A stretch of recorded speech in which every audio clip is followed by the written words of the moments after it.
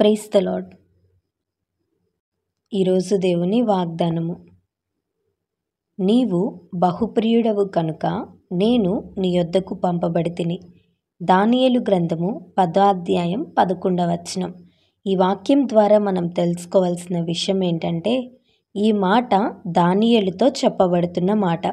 దానియేలును దేవుడు బలపరుస్తూ తన దూతను పంపి ఈ మాటలు పలుకుతున్నారు. దానియేలు, నీవు నాకు బహుప్రియుడవు, నీవు దేనికి భయపడద్దు, ధైర్యం తెచ్చుకో అని దానియేలుతో మాట్లాడుతున్నారు. దేవుని చేత మనం బలపరచబడితే, దేవుని కోసం మనం ఎదురు చూస్తే ఖచ్చితంగా దేవుడు మనకి వాగ్దానాన్ని ఇచ్చి బలపరుస్తారు. ఏ కీడు జరగబోతుందో, ఏ ఉగ్రత నా మీదకు రాబోతుందో అని నీవేమీ భయపడక్కర్లేదు.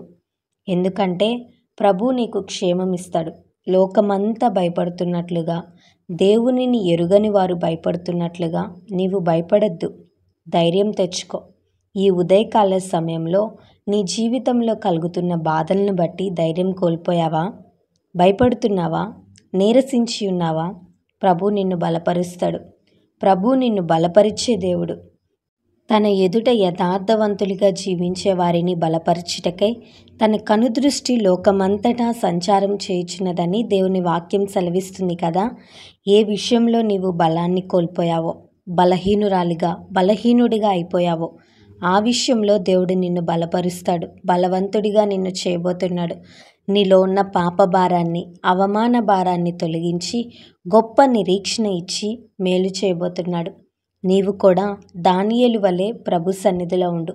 ఎలాంటి ప్రతికూల పరిస్థితులు వచ్చినా ప్రభువును వదిలిపెట్టకుండా నమ్మకంగా ఉండు. దేవుడు నీ జీవితాన్ని ఆశీర్వదించి దీవిస్తారు. ఈ వాగ్దానం దేవుడు మన అందరి జీవితంలో నెరవేర్చునుగాక. ఆమేన్.